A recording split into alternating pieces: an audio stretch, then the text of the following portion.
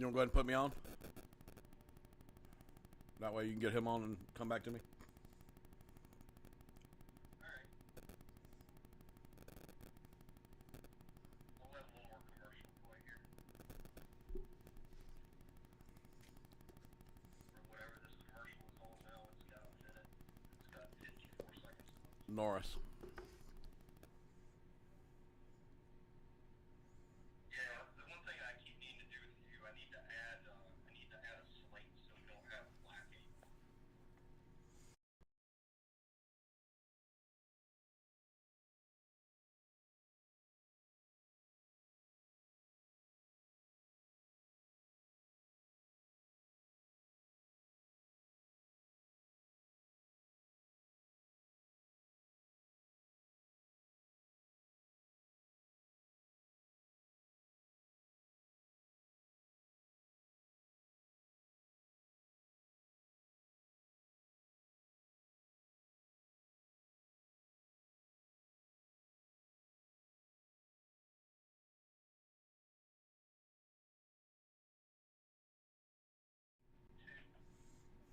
You're on.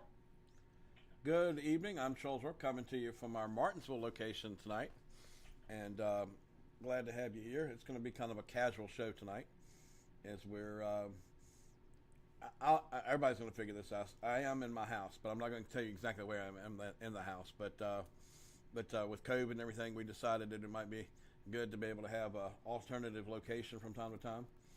And we're testing it. And tomorrow night I'll be in the studio. I got Eric Phillips coming in talking to us tomorrow night there at Hollywood. So, but tonight I am coming to you from one of my offices here in my house. And you see the phone number up on the screen. That's the that's the new number.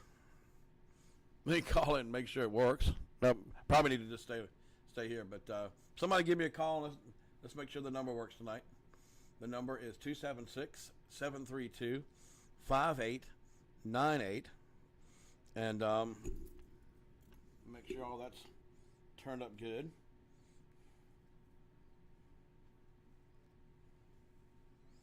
We just have to do it as we do it.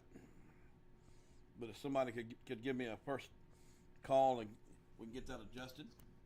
Anytime we move from studio to studio, we have to kind of get things adjusted a little bit. Sometimes we have to do it on the fly too. Tonight we got lots to talk about. Let me see here. Bill Wyatt did a good story with the reversion bill that's going on in Richmond, and Ruth Easley. She's no slouch. I can tell you that. She went up there. I mean, Ruth she's been challenging Eric Mundy and City Council. She's done it pretty tactfully. They say that she ramrods them, but she's been pretty tactful during this whole process.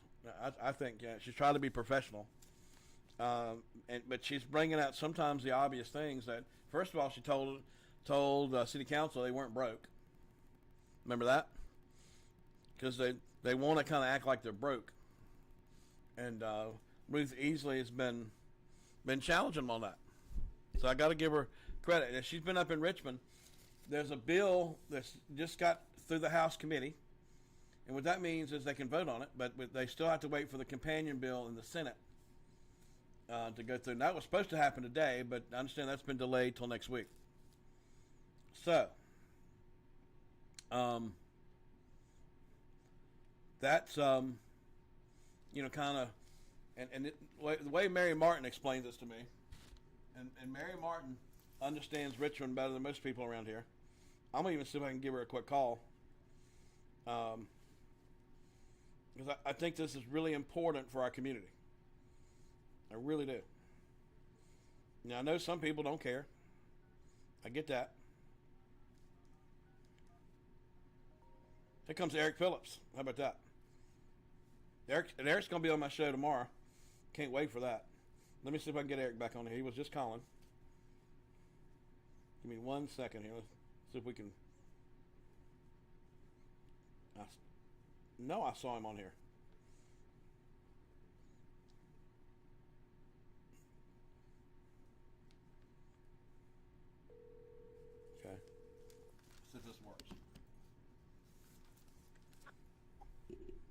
Eric, you Hello. there?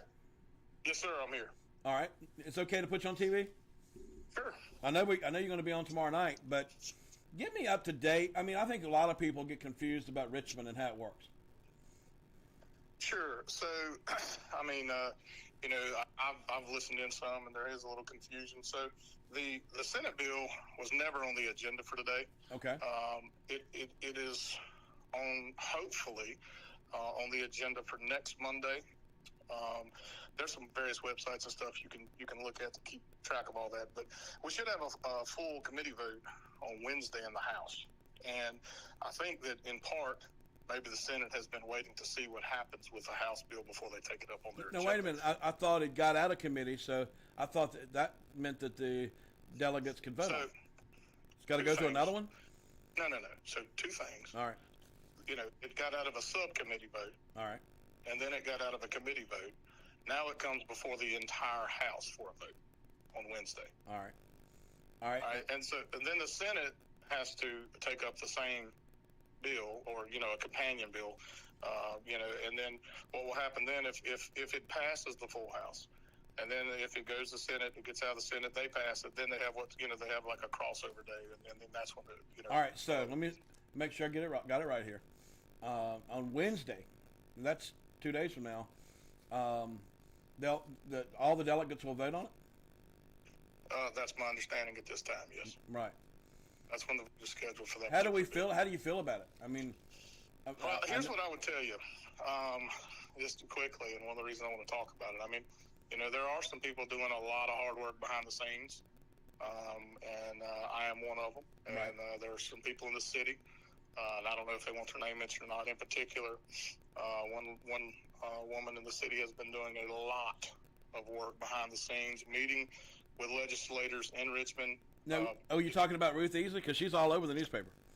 Yes, Ruth Easley has. Her and I have been working together some on this, and she's been in Richmond. She had some other meetings anyway, based on the duties that she has with the city, and so she was there. I know a lot of these people, personally, and or I know their legislative assistants, or I've financially supported some of them that are freshmen delegates and have been to their fundraisers, things like that. So, the people I know I've been in contact with, the people that I know their legislative aides, I've been in contact with them, given the reasons why we think the people of the city of Martinsville deserve a referendum and a final say on this issue. Right, and it's really hard for even city council not to at least look nice about that. Well, I've read some of the things in the paper about, I think it was maybe Mayor Lawson said the city was, the county was trying to take a baseball bat to it. Honestly, the county hasn't done anything. That's the sad thing. Right. The county, when I got involved in the race for Board of Supervisors, the main reason I got involved was this issue. My advice to the county the entire time was to slow roll it and to give us time. And you know what? November election. I think you had an effect. Well, I mean, I hope I did, but more so the fact that that we won statewide and then we flipped the House of Delegates, and that's what I kept saying. We knew inside the party, just based on all the polling and different things, that we had a lot of tight races, especially in the House of Delegates, that we thought we could win, and we did. And we knew if that happened, I already knew. I had known for quite some time that this bill was going to come up by Delegate Marshall. Right. He's the one who really spearheaded the effort. Danny's not as out front as maybe, Bill Stanley is. Bill's been quoted in the paper and stuff. But really, this bill came about because of, Delegate Marshall more than anyone else. And he even asked me not to talk to the Board of Supervisors about it, not to talk to the county about it. For whatever reason, I don't know. He didn't really give one, and I didn't ask for one. But that's the sad thing, I guess, as I haven't seen the county really come out and do much to support this. I know they did a resolution after the fact, but all this stuff could have been known and could have been done, and really the county probably could have not wasted as much money with attorneys and stuff, coming up with a negotiated settlement, only to then again turn around and say they didn't want their own settlement. Yeah. I get what you're saying. But how do you feel about it? How do you feel about the House vote? Well, I mean, so it's a 2/3 vote. That's the other thing. I keep hearing somebody saying it takes 60 votes. It's 2/3. There's 100 delegates, so it's actually 67 that we have to have vote in favor of this. I feel optimistic, but you just don't know. That's a hard. I know that there have been some votes that changed from the subcommittee to the committee. I know at least one gentleman changed his vote from a no to a yes, which is positive. Are all Republicans yes? All the Republicans so far have been yes. How many Republicans you got? I'm sorry? How many Republicans you got? Well, I mean, that's the thing, when it gets to the full committee, we don't know. So that's why we're lobbying them behind the scenes. Right. So, again, we're trying to send, emails, we're reaching out to their offices, we're, talking to them individually. Again, if it's somebody I know, I'm just shooting them a text or whatever. So, all I can say is we're doing everything that can be done. Okay.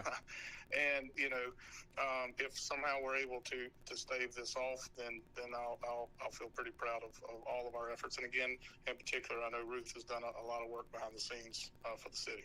But you know what? I mean, she has been the voice of reason. Right. During this whole process, and because they were trying to sell that the community had had a chance to voice their opinion on this, and everybody knows that's not true. Yeah, I don't really understand how anybody could be against a referendum unless they don't feel confident that the citizens are in favor of it. I mean, if Martinsville City wants reversion to go through, and even if this bill passes the House, passes the Senate, becomes law, and that we have it on the ballot, then if the majority of the citizens in Martinsville want this, then they can still have it. Yeah. All this does is allow them a voice and a vote in the process, because I did send a written commentary up to the subcommittee. You're not allowed, once it gets out of subcommittee, to have comments. They can refer to your comments again in those in the final committee. But just basically saying, the process wasn't really that transparent. There wasn't a whole lot of public input. There wasn't a whole lot of feedback. COVID, of course, has been a devastating thing. I'm not taking anything away from that. Yeah, but Eric, COVID it looked like they made a convenient excuse. Yeah. To cancel meetings, to not hold meetings, to really where people didn't have the chance to come out publicly and voice their opinion on the matter. Yeah, they had one meeting that the doors were locked. Right. Yeah. So I just think in this case, it's an extraordinarily maybe different set of circumstances than in a normal case, where, again, things like the Martinsville High School, I don't think that really came out and became a big issue. Even until like the CLG meeting or right before it. And that's when all of a sudden you started hearing some of the African American pastors and things like that in the city push back against it and say, hey, what's going to happen to the school? What's going to happen to our community? How's our vote going to be diluted? All these different issues that weren't really discussed beforehand, and they're at the CLG meeting when it's already a fait accompli as far as the agreement between the city and the county. And it's a little late in the process for those things. Those should have been brought up earlier before it got to that point, but there was no forum or a place where people were allowed to share those.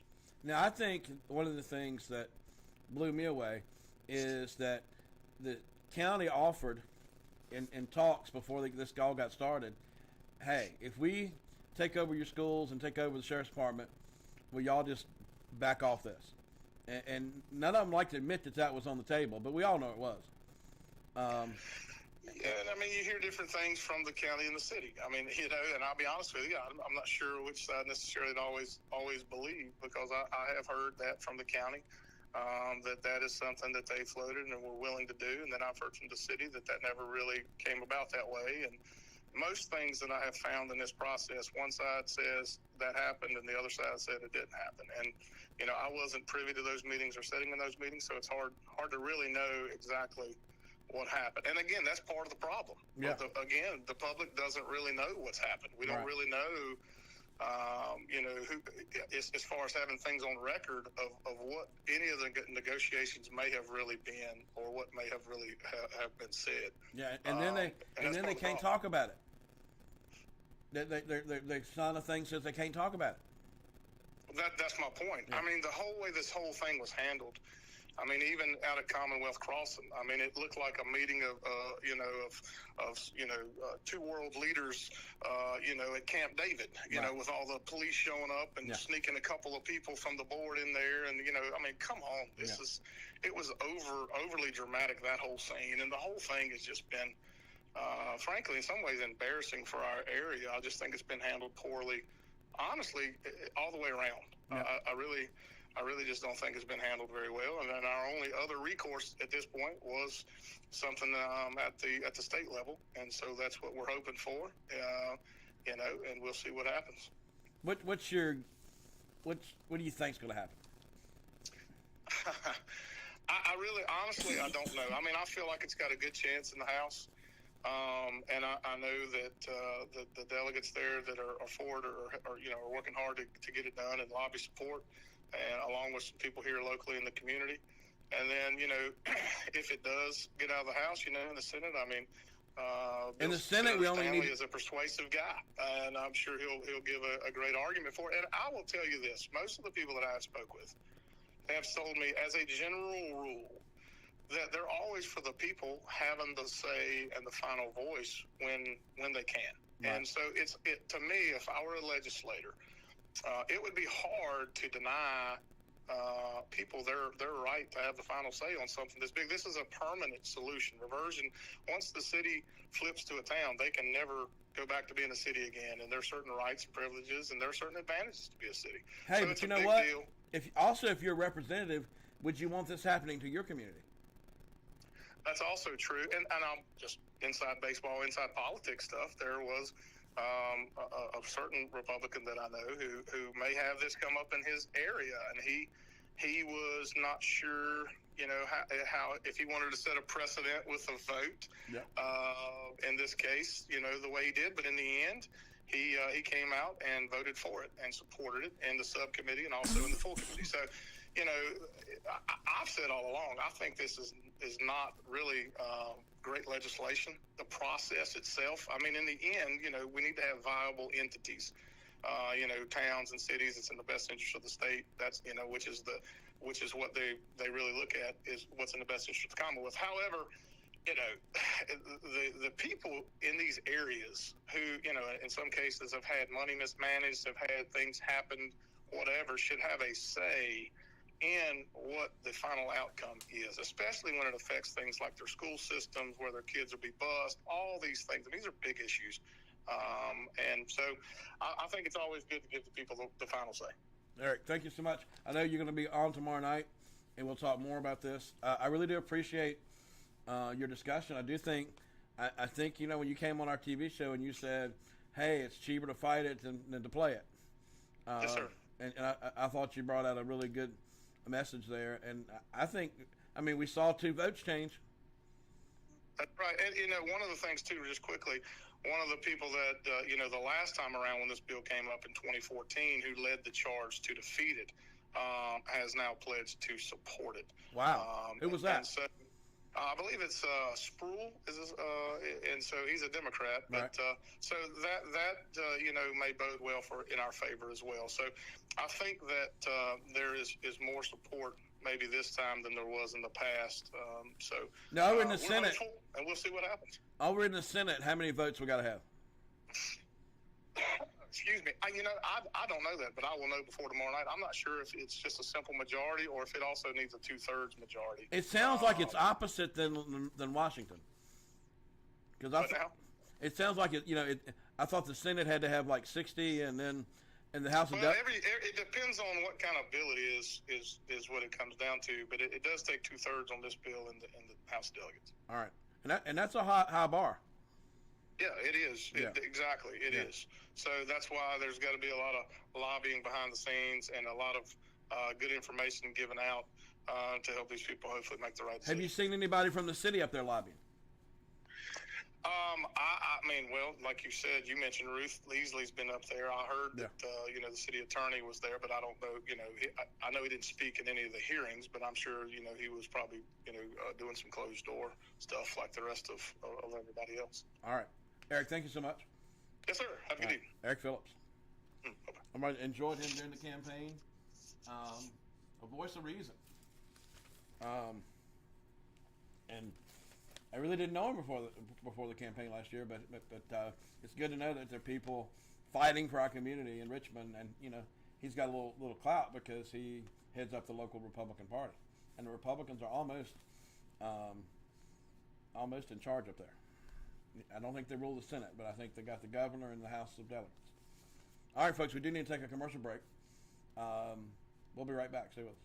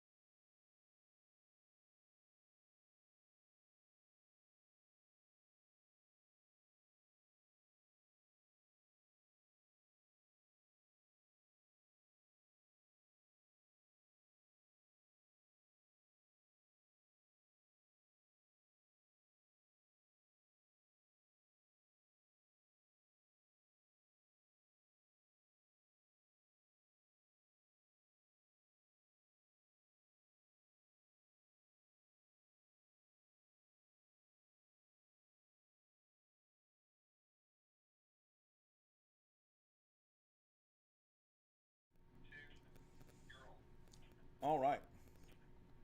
We're out and about with the road reports, and I tell you what, I got to give props to George Daniels. He did a great job as he went out on the roads the other night.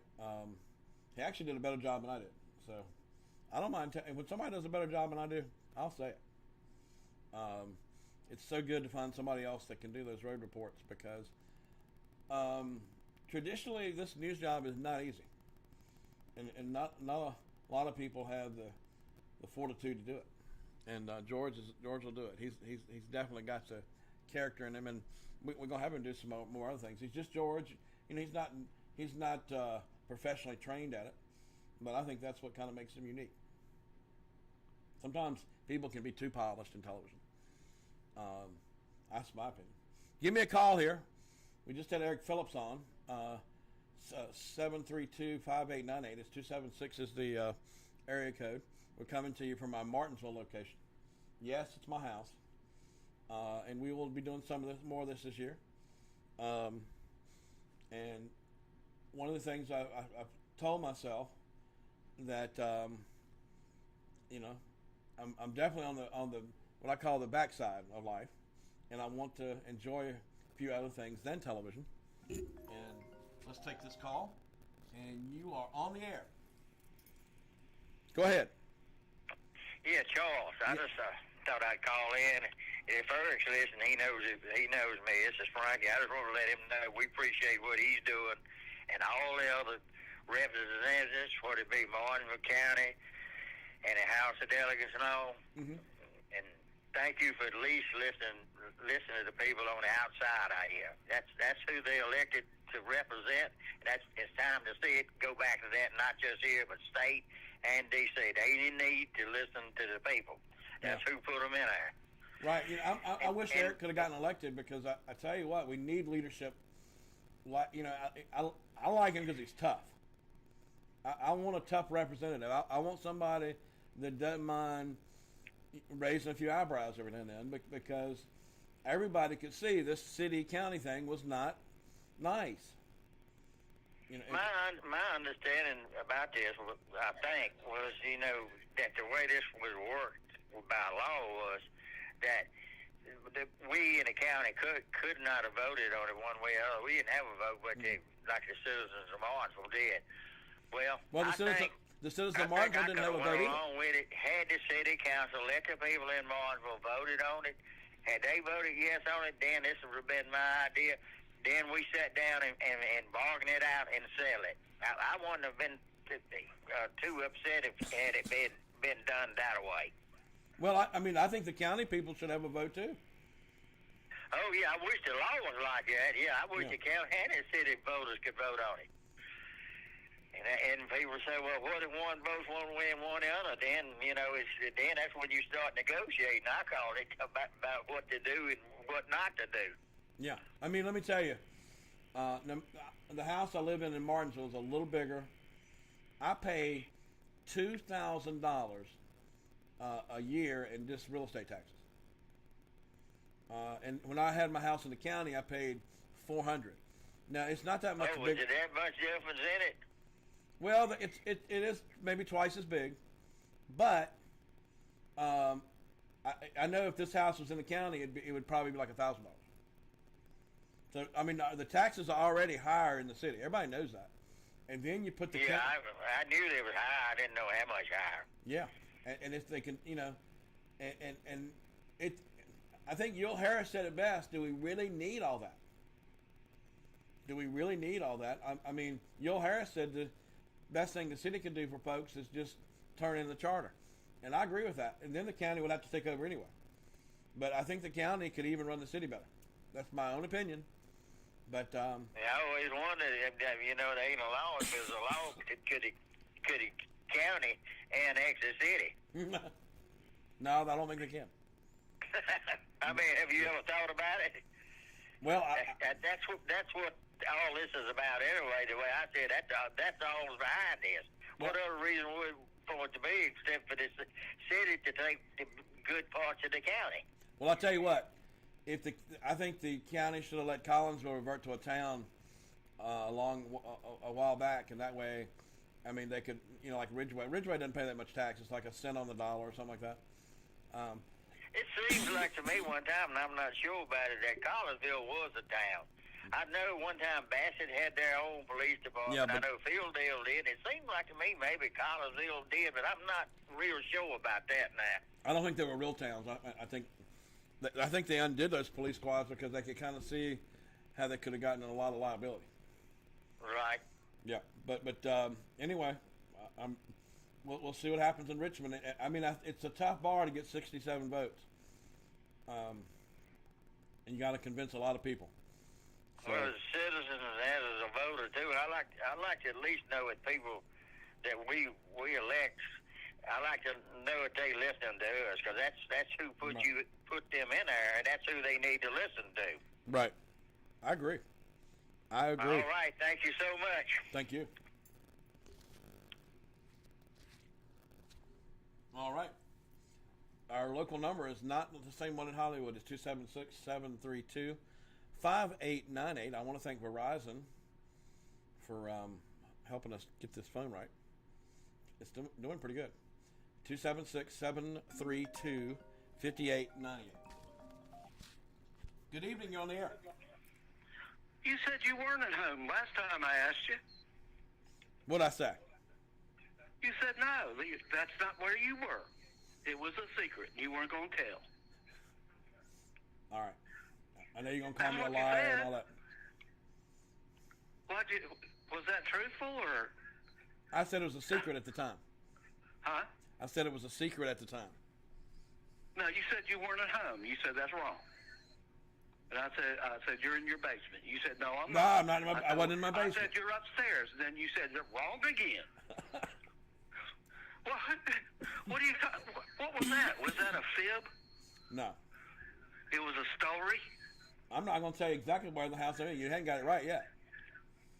What? You haven't got it right yet. You said you were at home. I'm at home, but you're not exactly. The basement is not right. And Oh, I said the basement the other day, and you said it wasn't right. Then I said, okay, you're not in the basement. You're upstairs. hey, what do you think about this bill and where it could go? Change the subject. Well, I'm just not going to argue with it. Oh, I know. You're not going to argue with me because you were wrong. Yeah. And you just made it up. So what's there to argue about? Okay, you admitted it. I'm at my You're house. not being truthful, Charles. I'm at my house. Huh? I'm at my house, but I'm not going to tell you where it is. Well, I don't care. I know where your house is. Oh, boy. You don't have to tell me. Oh, Oh, don't worry. I won't come.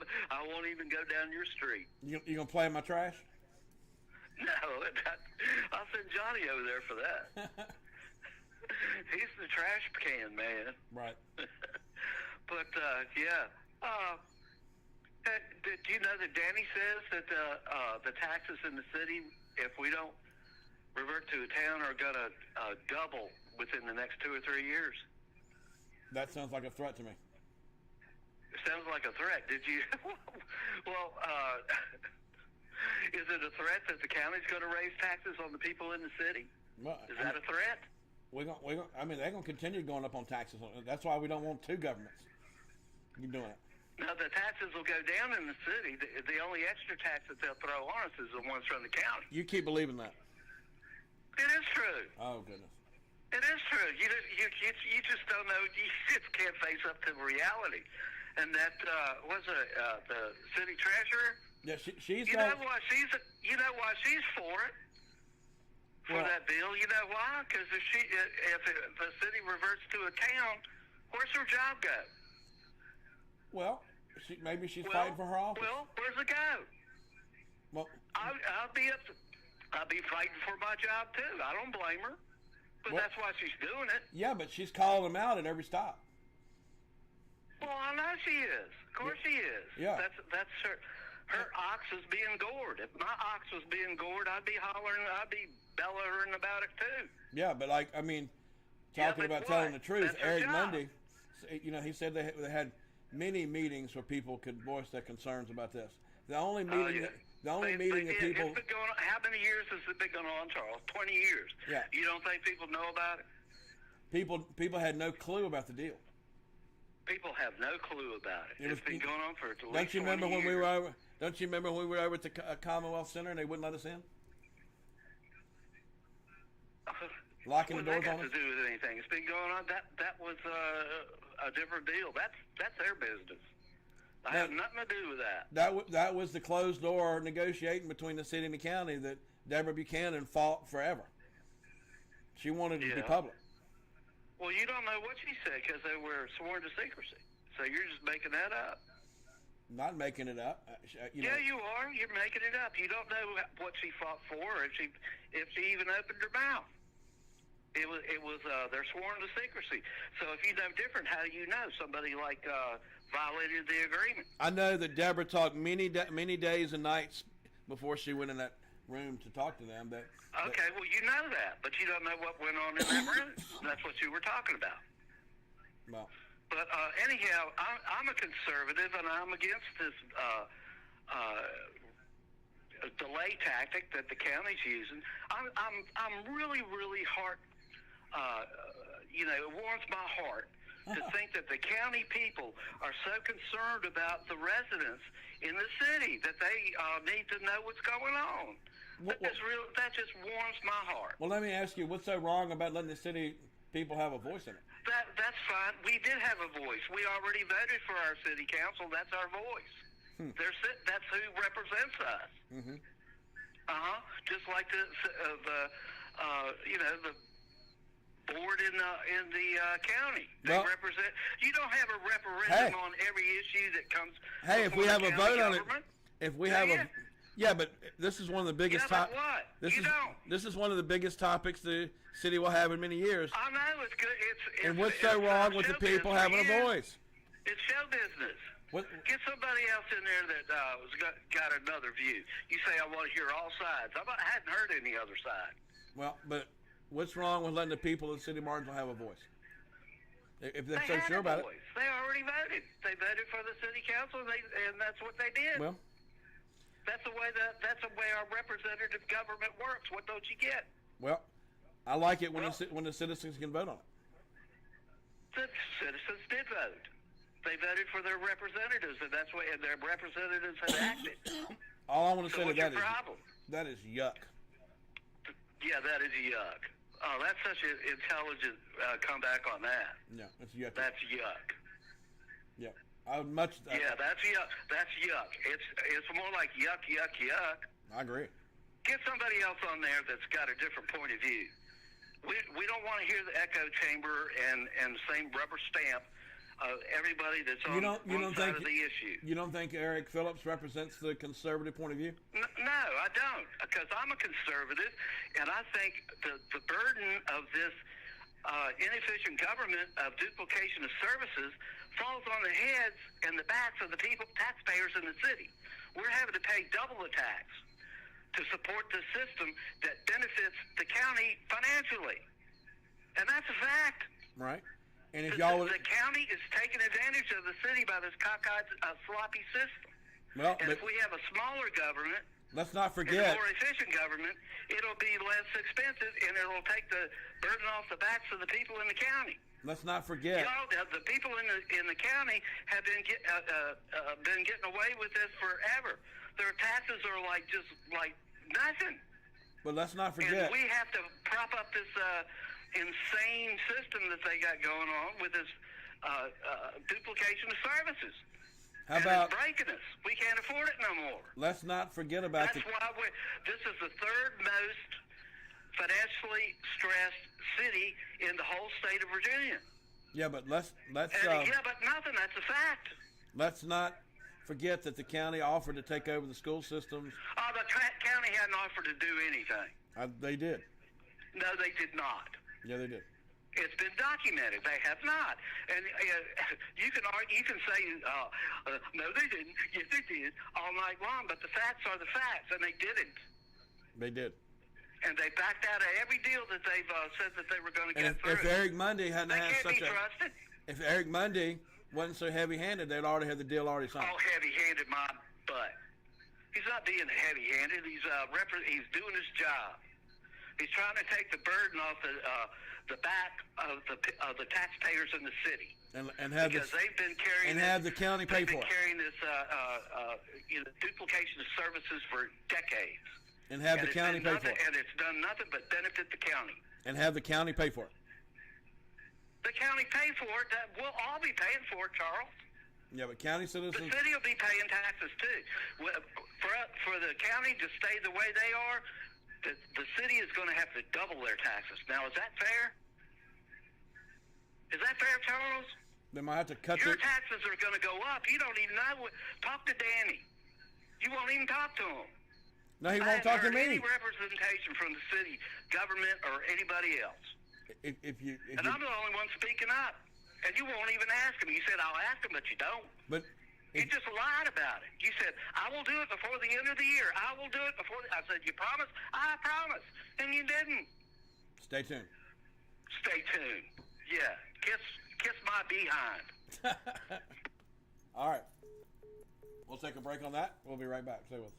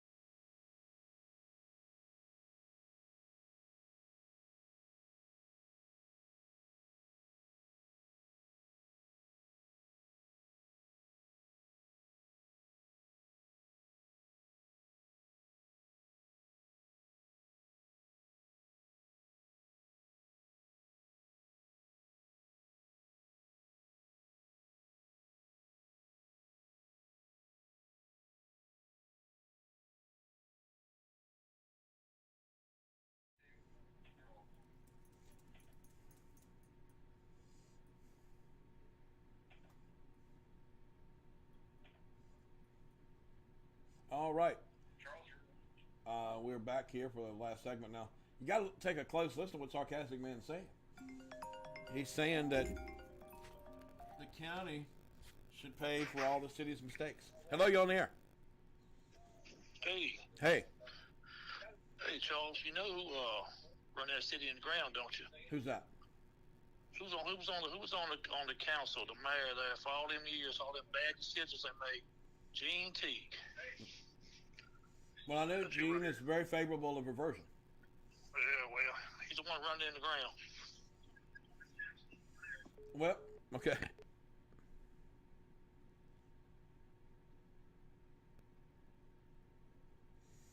All right. Anyway, tomorrow night we're going to have Eric Phillips on the set with us. I'm looking forward to that.